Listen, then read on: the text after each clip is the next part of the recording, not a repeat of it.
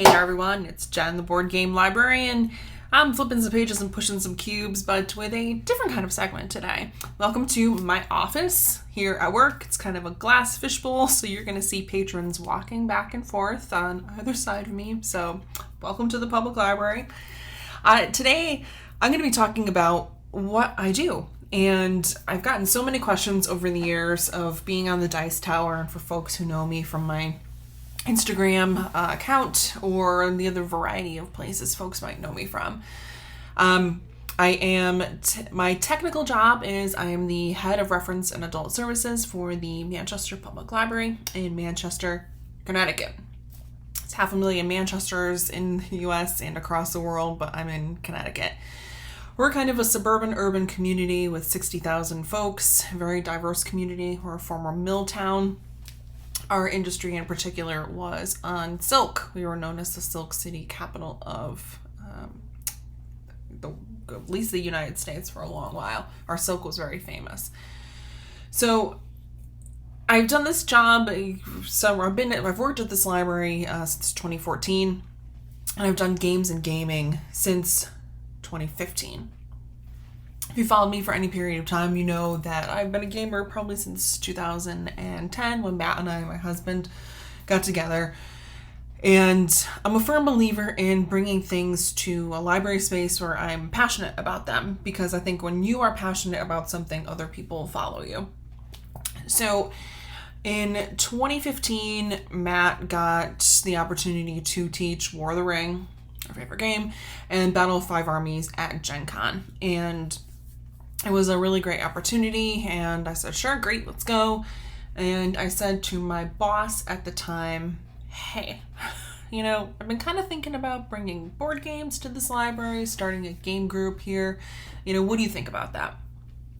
And I've always been very fortunate to have a very supportive boss who has generally loved most of my ideas that I've done here, and he was supportive. Hey, let's do it. But my catch at the time was I was going to try to do it pretty cheaply. So off I went to Gen Con with Matt. We taught so many rounds of War of the Ring, but it was a great experience. In the meanwhile, I brought my business card and went around to publishers and talked about gaming in libraries. So back in 2015, gaming in libraries was a much different kind of situation than it is now. A lot less libraries were doing it, and now, of course, many more are, which is amazing and fantastic for our hobby. Some of which I hope is due to the work that I've done over the years. I started gathering games, mostly donations at the time from publishers who were super generous. And we had our first board game group meeting in October 2015. I had a couple of premises that I wanted for this group here at my library. Being a female gamer, it was extremely important to me that females in our hobby have a space where they can come and feel comfortable and not be talked to like, oh, you're just with your partner, husband, father, brother, nephew, male companion that you're with at a game store, because I've personally had that happen to me and it's very annoying. I also wanted it to be a space for folks 18 to 35 because that's the age demographic I'm in, and traditionally millennials fall off library usage when they hit high school or they're in high school, college, and then they don't come back until they have children. They're doing careers, getting married, starting families, buying houses, they're in the military, whatever situation they're in. But that age range tends to fall off in terms of library usage. So I wanted young people back at the library and get them invested in the services that we have here. I also wanted this to be a space that was reflective of the very diverse community that I work for. And I wanted it to also be a safe space where, our diverse community could come and play games and feel safe and welcomed and it be inclusive. That was very important to me as well. So those are the principles that I started off with for our group. I get asked all the time about how I run my group here at our library. We meet once a month on a Saturday for 4.5 hours, and I run it almost like a mini convention.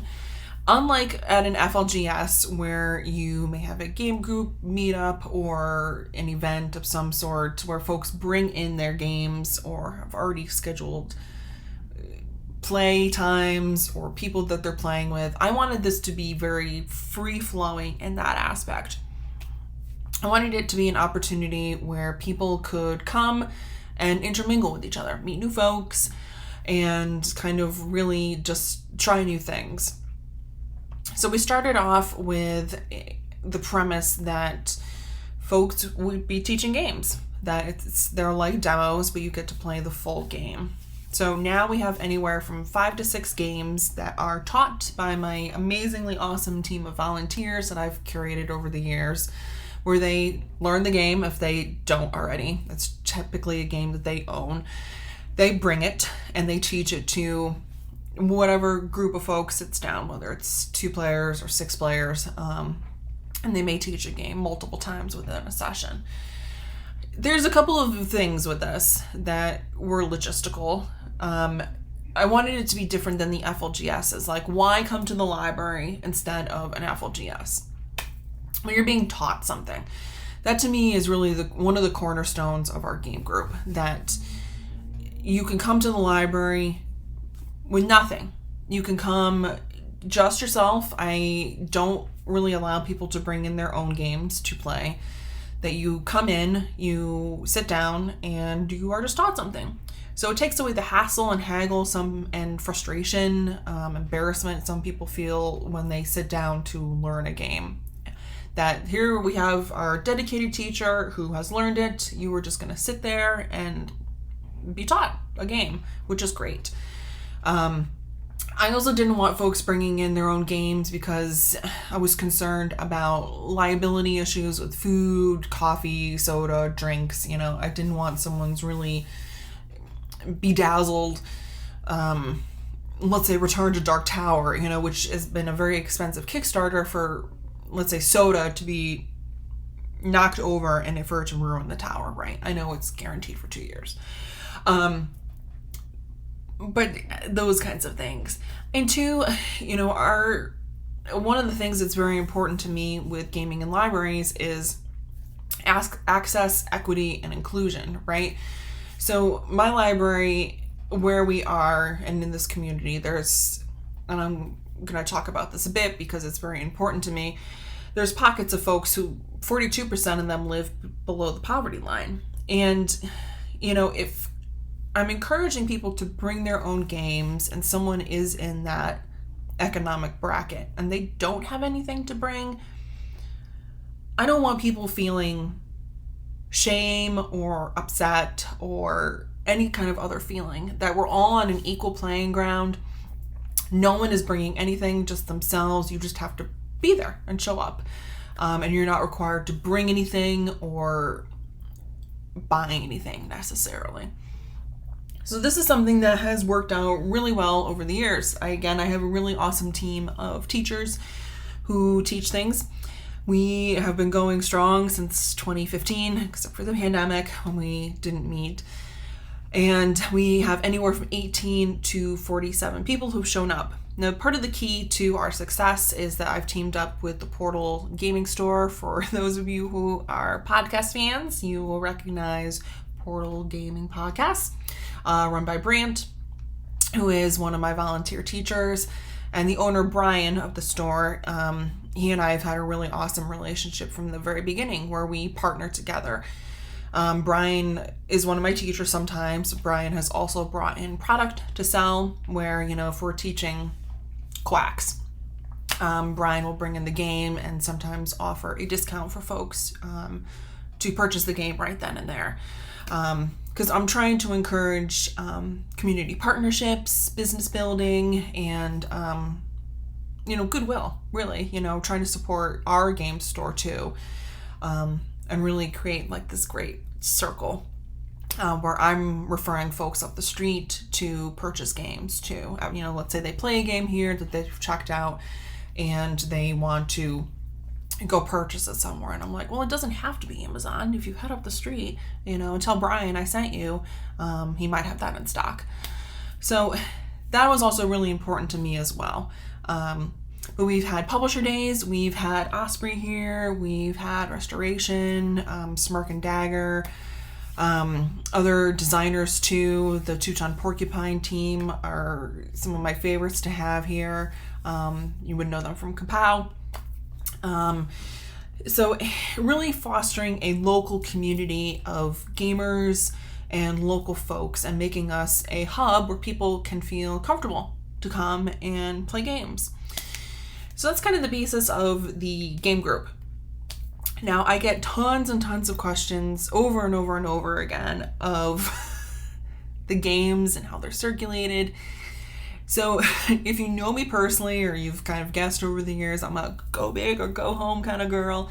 Our board game collection here at my library, we started out with 125 circulating games. Now, that is pretty highly unusual. I wouldn't go over to your public library and say, hey, I heard a lot of libraries carry 125 games. No, that's very unusual. Again, I have a really great director who supports me in my go big and go homeness. So all of these games get processed, they get cataloged, meaning put into our computer system, so you, the patron, can come in with your valid library card and check them out. So why have circulating board games? Well, why not? Libraries are not just book bastions anymore. Books are still our biggest thing that we do, no doubt about it. Not ebooks, books are not dying out. Everyone was in a tizzy over that years ago with ebooks and e-audiobooks. No, we're fine. We're here. We're doing. It's great. It's amazing. I started the collection in 2017 in terms of circulating it, and I wasn't sure what my expectations were going to be when we put the games out for the public to come in and check out, but I was very surprised, I think. They've been immensely popular, which is great. I'm very blessed to have that be something that's so popular. But a lot of the people who come in and check out games are really casual gamers. They're families. They're not my hardcore, gamers, which is great. That, I think, is actually the most important part of this part that I'm telling you. That it's new gamers, people who were gamers and maybe didn't play a board game for a while, and they see the games here and they check them out. All of those things. My hardcore gamers do come in, they check out my Gaia project, they check out my Empires of the Void 2. They check out those things. They come in. But the vast majority of games that are checked out are what I categorize as easy medium. Party style games, lightweight, family style things. So what we're really doing here in a library setting, unlike an FLGS, is that we are really trying to build up a new crowd of folks who are not necessarily gamers, and we're encouraging that. Again, FLGSs are great, and I love the portal too, and but there are some FLGSs, and they're not super FL. They don't have the emphasis on the F there, right? Or people don't feel welcome, or for a variety of reasons. Some people would never step foot into a game store, right? But some people would step foot into a library instead. And one of those reasons could very potentially be cost, right? When you think about the cost of these board games, they are a luxury hobby. This is a luxury hobby. I think we forget that sometimes. And your average person may not be able to afford a brand new board game or a very expensive Kickstarter.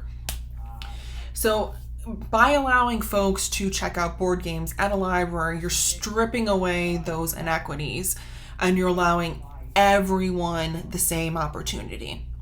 I talk a lot about experiences and board games here when I'm doing this kind of spiel. And one of my biggest things that I say is, look, so in the community I work in, we could have a house that sells for $750,000. A very expensive house, right? And we can also have those people who live 42% below the poverty line. I want those people, both of those people, to have the same experience. When they come into the library, both people can check out a game that's like Gaia Project. Again, a very expensive game, or, something like Tidal Blades, which I have here, expensive games. And both can check them out and have a good experience. And everyone can enjoy them. That's really the beauty of what we do. When you think about what libraries are and should be, is, some folks will say we're one of the last few places on earth where we're pretty democratic. You can walk in the door and it doesn't matter what walk of life you come from. We don't ask you questions about anything. You're welcomed. You're automatically welcomed here. And I know that in some libraries past, that wasn't always the case. But most of us now, that's one of our core ethics, that we believe in that. That's our thing. And we want everyone to have the same experience, no matter who you are, where you came from, what you believe in, any of those things. So this really applies to board games as well, too. So the board games here go out for 3 weeks. They can be renewed at our library, which is very unusual, just because we have such a large collection. I have about 600 board games in our library in children, teens, and adults. And that's over since 2017, kind of an evolution of the collection. Folks can put them on hold, but they have to pick them up here and return them here. We have an interstate delivery, and it just gives me the heebie-jeebies, them being returned elsewhere or being thrown in the book drop. Can't throw them in my book drop. They give me nightmares. So as an example, here is one of our games. We have our barcode. I'm going to point to everything in the wrong place. We have kind of what I call our legalese. Please return here. Don't put in the book drop. 15 cents a day, and our fines are going away soon too. And if they were donated, or we purchased them with gift money. I also have on here one of my best inventions of how difficult the game is.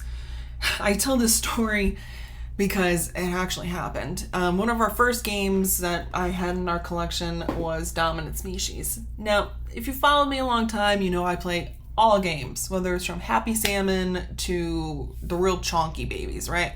I play all of it. But Dominant Species is one that I haven't touched. And this game kept going in and out and in and out and in and out. And I was going, why? This is Dominant Species. It's good. But it didn't fit the other things. It was the hardest game I had in my collection at the time, and everything else that was going out was the easy level. And if you know Dominant Species 2, you also know it has a ton of pieces. So sometimes when I went to count, and I'll get to that soon, I'd open up the box cover and it was like a horror show had happened. All 300 cubes would be all over the place, the cones, the cylinders. It was just a nightmare. It was terrible, utterly terrible. So my hypothesis on this was that children were coming up to this game on the shelf and they saw dinosaurs on the cover and they were like, "Mommy, dinosaurs!" And the parents, who didn't know any differently, they were not familiar with the GMT stuff on the back. And if you're a GMT fan, you know what I'm talking about. And they took it out. And then these poor parents got this game home, and it was like a nightmare, probably, in their house, right? I can't even imagine. So that's how we ended up with the difficulty system. I used the BGG weight, and then for each like 1 to 1.99, 2 to 2.99, etc. I have a color coded system. So I'm matching patrons' expectations in terms of where they are and what games they want to check out. I don't want a patron who is at an easy level to check out games which are hard, because that you're not going to want to come back to check out stuff. You're not going to want to, you're going to be frustrated, you're going to be upset, you're going to be like, oh, this is terrible, I'm not going to want to come back. We want you to come back and check out stuff a lot. That's what I want you to do. Take them home and enjoy them and keep coming back. It's the thing. So that's how I ended up with the difficulty rating. I'm going to point wrong every single time. It's great. It's fine. We also have on the inside, as I'm opening up, our inventory. So plain English. We're talking plain English here. I work in a community where many different languages are spoken, and I wanted things to be pretty easy to understand whether English was your first language or not. So there's no gamer language on our inventory list. So if a patron is looking at the rule book, it's going to have gamer terms on it, right? My average person who checks out games may not know what a meeple is, what a chit is. They don't know, and they probably don't care. But they're going to know what a pawn is. They're going to know what a cardboard piece is. So putting those things in layman's terms that anyone could check these out and know what's in this box. It's also great for us, and our primary use is for when things are returned. So every time I post on any sort of forum pictures of my library's games or things that we're doing, I have a lot of people who panic about the pieces or condition of stuff.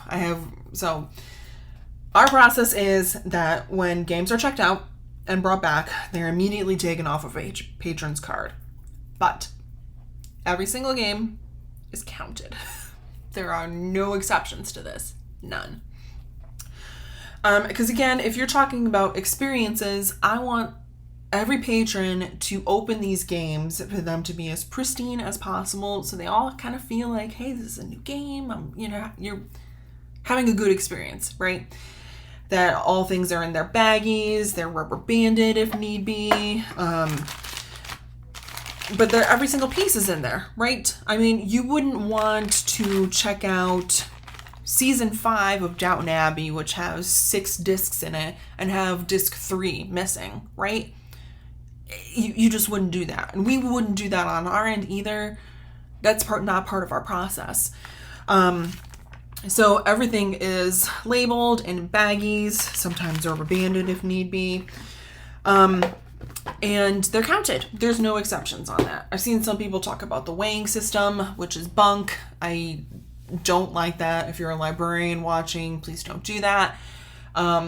Because if you're not lifting the lid and looking at the condition of the games, that's a problem.